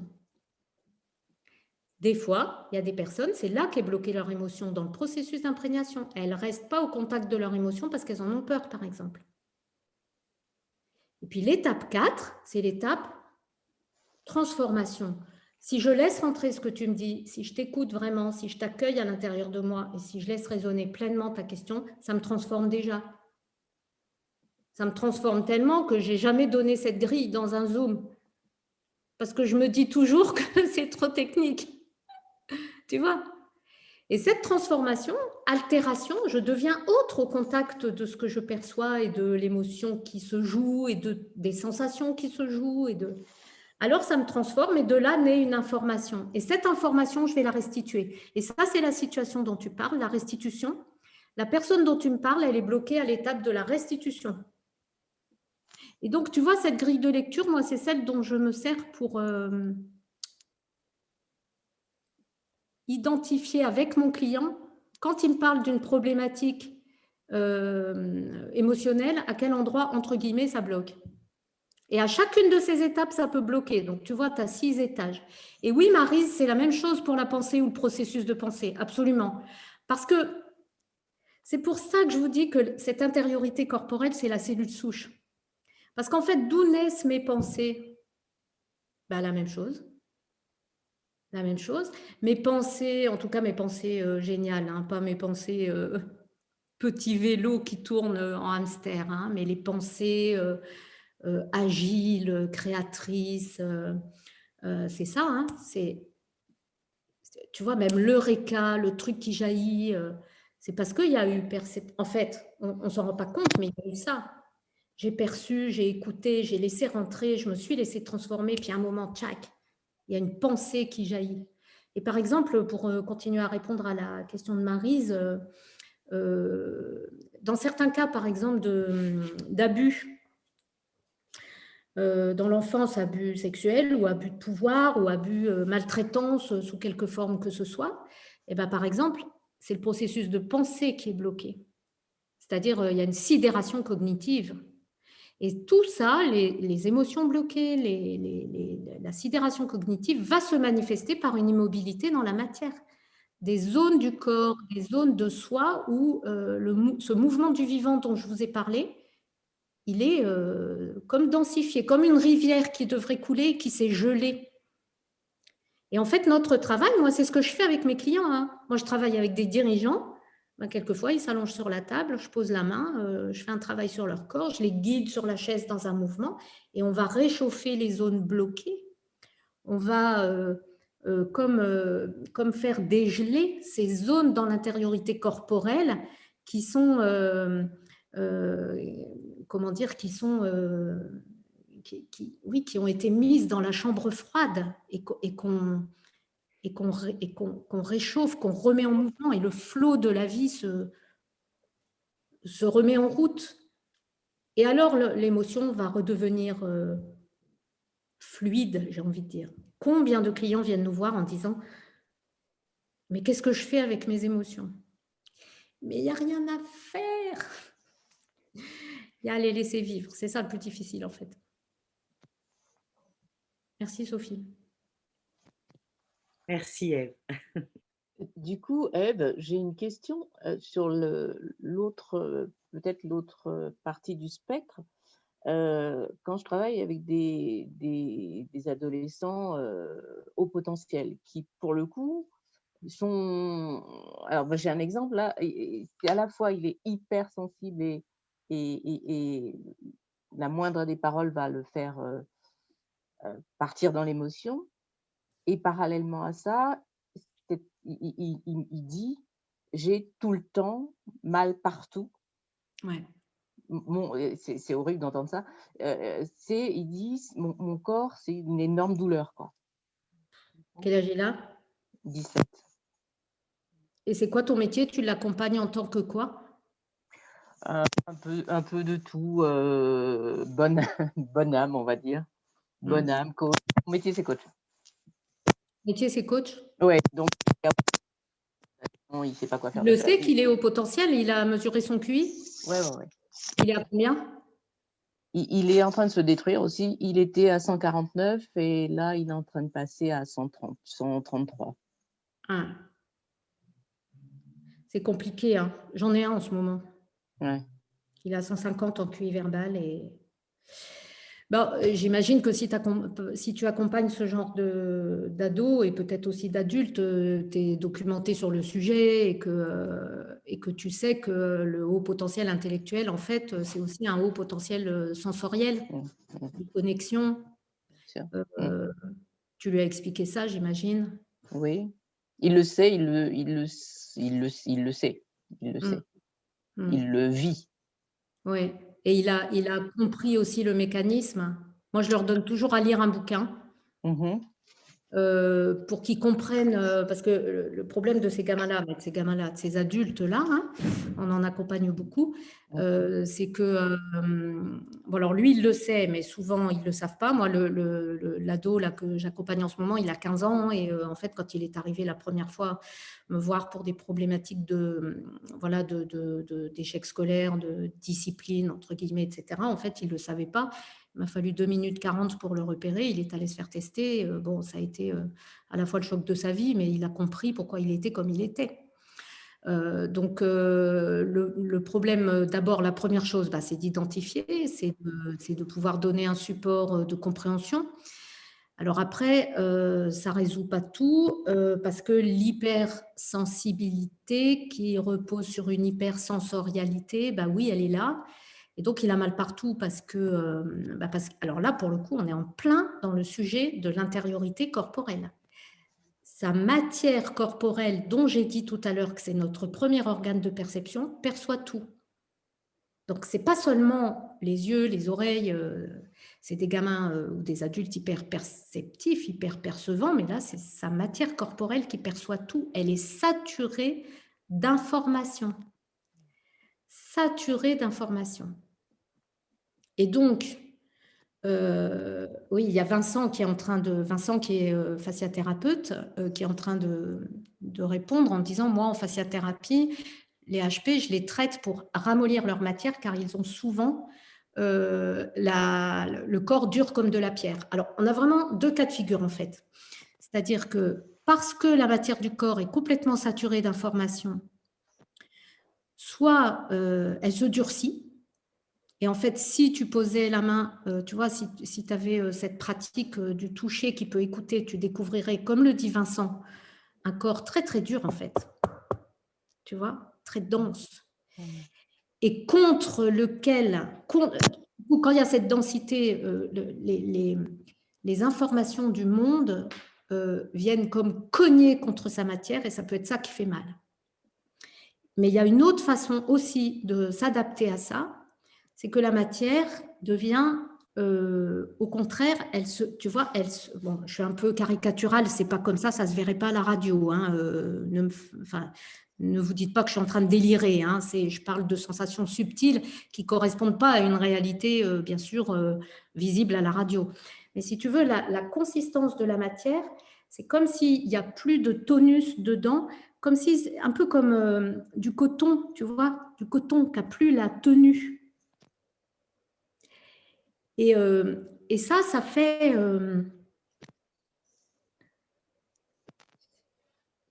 qu'il est complètement traversé.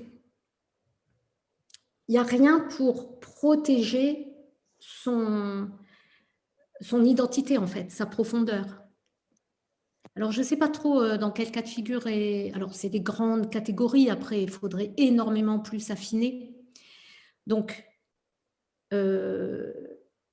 s'il est envahi d'émotions, enfin, je ne sais pas, là, il faudrait que, tu vois, il faudrait qu'on l'ait là en face de nous. Mais en gros, quand la matière est trop dure, on va l'assouplir pour diminuer le taux de douleur, parce qu'en fait, c'est la dureté qui fait mal. Comme si le monde se cognait contre lui. Et si la matière est trop molle, j'ai envie de dire, c'est des mots un peu, voilà, pas très jolis, pas assez structurés, pas assez toniques pour que lui, il soit affirmé dans son identité, j'ai envie de dire. Ça donne des gamins qui n'ont pas de colonne vertébrale, on dirait, entre guillemets, tu vois.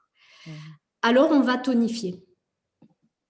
Et dans la pratique qui est la mienne, et voilà, toute cette pratique qui est née de la fasciathérapie, de la somatopsychopédagogie, et que moi j'ai adapté à l'accompagnement de coaching, en fait, on a les moyens de faire les deux. Si tu veux, le toucher et les mouvements qu'on va proposer, quand on ne peut pas toucher, quelquefois il y a des gens, il vaut mieux pas les toucher, ça dépend, il faut être respectueux, mais en tout cas, les mouvements qu'on va proposer vont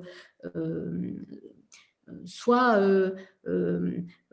malléabiliser les zones trop dures, une matière trop dure, soit tonifier, renforcer une matière qui n'est pas assez. Voilà. C'est un travail de longue haleine. Il faut l'accompagner dans la durée. Parce que sinon, il ne va pas pouvoir vivre avec ça, quoi. C'est de la grande détresse. Et ces gamins-là, en ce moment, c'est la catastrophe. En ce moment-là, dans la crise Covid et tout, en plus, ils perdent leurs copains, leurs liens sociaux. Quand même la détresse absolue pour beaucoup.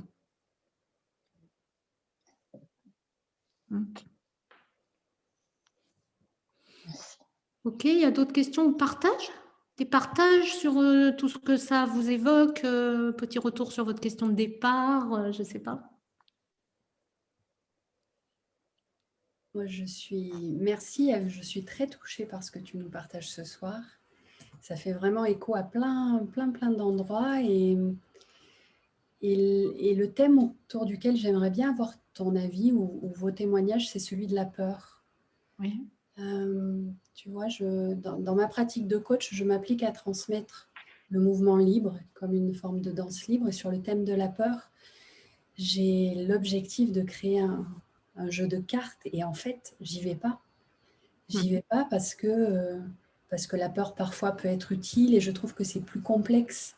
C'est suffisamment complexe pour y aller avec beaucoup de précautions, en fait. Tu vois, Et là, tu parles de la peur des personnes que tu accompagnes ou tu parles de la tienne face à les deux, mon capitaine? Ouais, probablement. Des nôtres, du coup. Ouais. Tu vois, et de me mettre à écrire sur ce thème-là de façon générique, ça m'amène à beaucoup de prudence. Le jeu de cartes, il dirait quoi? Ce serait quoi? Le jeu de cartes, il est composé d'une musique de 3 minutes et puis il y a une carte tête qui rappelle un principe de neurosciences, une carte cœur qui donne une clé d'inspiration et une carte corps qui donne une indication de mise en mouvement.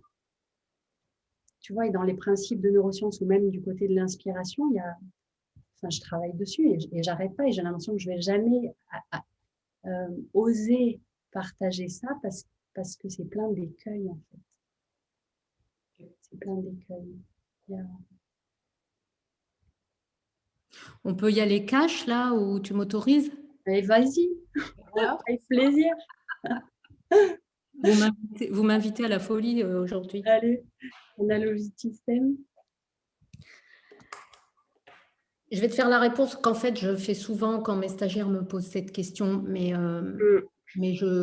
dans ton cas, là, ça me paraît, enfin, dans ce que je perçois de toi, alors, attends, tu mets tous les guillemets, les rubans et tout, d'accord, on ne se connaît pas, donc, ok, donc, je m'autorise à y aller quand même, ok. Moi, je pense que la peur est un écran, en fait, que c'est... allez, si j'y vais cache, moi, je pense que dans nos peurs, il y a deux choses. Il y a ce que tu dis, à savoir la partie raisonnable de nous qui nous contient. Et en même temps, c'est exactement l'autre face de la même médaille. La chose qu'on se raconte pour ne pas aller dans ce que j'ai nommé tout à l'heure, le déploiement de sa pleine singularité qui va devenir inspirante pour les autres. Moi, là, dans ta question et dans ta posture et dans ce que je sens dans ta voix quand tu poses la question, moi, ce que j'entends, c'est ce qui... Comment dire, c'est l'envie, en fait, d'aller proposer ta vision à travers ce jeu de cartes au monde. Et moi, je trouve que dans l'accompagnement, ce qu'il faut surtout, c'est percevoir effectivement si le fait que l'autre ait peur d'y aller, est-ce que c'est la partie raisonnable de lui qui s'exprime ou est-ce qu'il est en train de se... Merci Pascal, tu vois, de se cacher pour ne pas y aller. Alors, vous connaissez j'imagine, le poème de Marianne Williamson. Ce n'est pas de nos ombres que nous avons peur, c'est de notre lumière. Ce dont tu as peur, c'est d'être puissante au-delà de toute limite. Donc, Allez, imaginons que je travaille avec quelqu'un qui éprouve la même peur que toi. Moi, je créerais, tu vois, dans l'accompagnement de projet, parce que là, on est en plein dans l'accompagnement de projet. Tu as ce projet de carte. Donc, moi, dans l'accompagnement de projet, ça c'est dans la formation des coachs, c'est mon... Là, je fais un clin d'œil à Caroline qui suit ce cursus de cycle 2, c'est l'accompagnement de projet. Et donc, le premier, c'est voir grand dans son projet, donner de l'amplitude. Là, ton projet, il est déjà grand, il a beaucoup d'amplitude, c'est beau, c'est un projet qui va se répandre, enfin, tu vois, qui va toucher beaucoup de monde. 2, c'est construire le socle de confiance corporelle. Donc, moi, je ne m'occupe pas de la peur. Je construis un socle de confiance corporelle. Je construis dans le corps les points d'appui de conscience, de conscience, c'est joli, de conscience et de confiance, qui vont faire que la peur qui pouvait être un écran pour ne pas s'autoriser à déployer sa pleine singularité, elle va se dissoudre en fait, je ne vais pas avoir besoin de m'en occuper. En 3, étape 3, je rencontre, j'explore et j'aide la personne à traverser ses croyances limitantes.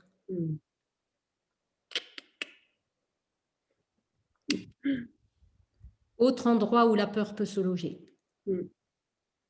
Et 4e, après, là, j'invite la personne à vraiment se laisser porter, comme je disais tout à l'heure, la portance du vivant à travers les fascias, à se laisser à entrer en contact et à être portée par la puissance du vivant qui est en elle et qui va s'exprimer avec ses points forts à elle. Tu vois, toi, je peux continuer là? Oui. Faire un petit feedback public, hein, donc tu as le droit de me dire non. Hein. Vas-y. Ben là, tu vois, je suis au contact, même dans ta posture, et bon, je vois que le haut de ton corps, mais tu vois, tu as un mouvement d'accueil, d'écoute, justement de prudence, de respect. Ça se sent dans ta voix, dans ta question, dans ta formulation, mais dans ton corps aussi. Et ça, c'est ton point fort. Et comparé à l'amplitude qui m'a l'air là à travers l'écran, donc encore une fois, tu mets 15 000... je suis complètement hors cadre là dans ce que je suis en train de faire, mais c'est pas grave. Tu vois, où tu as une amplitude infinie d'accueil et d'écoute. Dans l'autre sens, d'aller vers, de t'engager dans ce projet qui est le tien et qui te tient à cœur, je le sens, et bien il y a la même amplitude qui t'attend. Mais là, on est exactement... Enfin, merci à toi de nous offrir cette occasion-là en fin de soirée d'appliquer en fait ce qu'on a dit. Mais du coup, voilà, tu peux pas Au revoir Isabella. Tu peux pas En tout cas, personne ne peut s'autoriser à te dire « mais vas-y, lance-toi, engage-toi » avant d'avoir vérifié qu'à l'intérieur de ton corps, ce mouvement vers l'avant d'engagement, tu vois, que ton corps sait prendre appui sur l'arrière pour s'engager en avant, ou prendre appui sur le bas ou sur le haut pour aller en avant, pour aller offrir ton cœur, en fait. C'est ça que je sens. Moi, je m'autorise, c'est parce que je sens que je peux avec toi. Hein, mais ça va? Ça va? Ça va. Je me sens, tu vois, je tremble, donc très émue, en fait, ce feedback.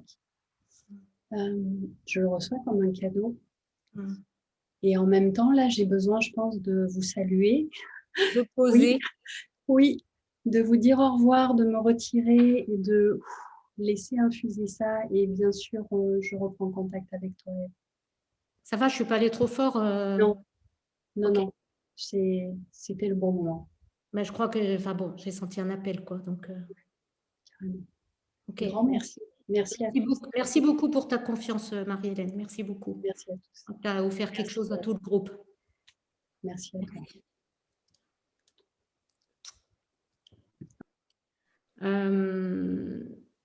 Céline qui posait la question avec des techniques spécifiques pour les croyances limitantes.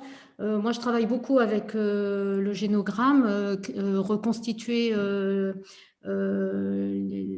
l'historique enfin voilà, de comment tout ça s'est construit. Et avec... merci Sandrine, merci, à bientôt. Et enfin, on se met en mouvement avec le corps dans... on entre en relation avec son corps, avec les empreintes, en fait, les empreintes des croyances limitantes, puisque les croyances limitantes, c'est pas pour rien qu'elles limitent, elles contraignent en fait le mouvement interne du corps, le mouvement du vivant. Donc on y va, on va voir ça, et puis on remet en route les zones qui en ont besoin, avec beaucoup de précautions, avec beaucoup, et on fait ce dont on a parlé tout à l'heure, un retournement des croyances limitantes. C'est vraiment un parcours de retournement des croyances limitantes vers les croyances créatrices, en fait. Merci Pauline, merci. Merci Marie-Christine pour ton retour. Ok. Bon, on va peut-être s'arrêter parce qu'il se fait tard. Merci beaucoup en tout cas, Ève. Je suis enchantée de te rencontrer. Voilà, donc je me suis régalée. Et bon, bien sûr, tu le sais, je suis en train d'étudier en somato-psychopédagogie. Voilà, donc c'est pour ça que je suis là ce soir. Et donc, j'adore ton énergie, j'adore ta passion. Ça me parle énormément, comme le premier livre que j'ai lu. Et j'espère vraiment qu'on va se voir un jour. Voilà. Donc, et en tout cas, voilà. Et n'oublie pas que ce qu'on admire chez l'autre, c'est parce qu'on le porte en soi. Je sais. Ça, je l'ai très bien entendu. Ok. T'inquiète. Merci beaucoup et puis au revoir à tout le monde et je vous dis à très très bientôt en tout cas. Merci beaucoup en tout cas pour cette conférence, c'était super. Voilà. Merci, ciao ciao. Écoutez, merci beaucoup. Vous avez des... Marie-Christine, tu m'enverras ou André, même le chat, je crois qu'il peut être... Parce qu'il y a plein de messages, je n'ai pas le temps de tout lire et ça me toucherait beaucoup de les lire. Je les lis trop vite là, donc voilà. Et moi, merci beaucoup à tous parce que, enfin voilà, en tout cas, mon vécu à moi ce soir, c'est d'être allée avec vous dans un lieu de profondeur, de partage rare. Voilà. Oui, tout à fait. Un endroit de profondeur et grâce à toi. Merci beaucoup. Merci beaucoup pour cette profondeur. Ouais, c'est grâce à vous. Oh on n'est pas pour grand-chose dans ta conférence. Non, non, non. C'est commencé quand on est... Oui. C'est l'écoute aussi qui fait ça. Et ça m'avait fait ça la première fois que j'étais venue. André s'en souvient. C'était en présentiel, mais... Mais sur Zoom aussi, on partage beaucoup. Il y a une écoute, il y a une écoute dans vos groupes magnifique. Il y a une qualité d'écoute et puis on se voit sans masque, c'est formidable. Ah, oui, ça c'est vrai. Ça c'est vrai. Pour les personnes qui sont en train de noter, là, j'aurais envie d'en savoir plus, etc. Allez voir sur mon site, il y a un mail, il y a tout ça. Enfin bon, voilà. On se revoit. Merci beaucoup pour cette soirée où il y a un véritable échange profond, personnel et sincère. Complet. Merci. Vous m'envoyez, Marie-Christine et André, vous m'enverrez l'enregistrement et le... Alors, rassurez-vous, l'enregistrement, c'est strictement personnel, mais comme je suis déjà, évidemment, dans un nouveau projet de bouquin pour un jour, moi, ça me permet de réécouter la façon que j'ai comme je crée en temps réel avec vous, moi, ça me permet de... Donc, ça restera entre moi et moi. Voilà. Tout à fait. Merci. Et puis, j'aimerais surtout pouvoir relire tous les messages. Oui, oui, oui, tout à fait.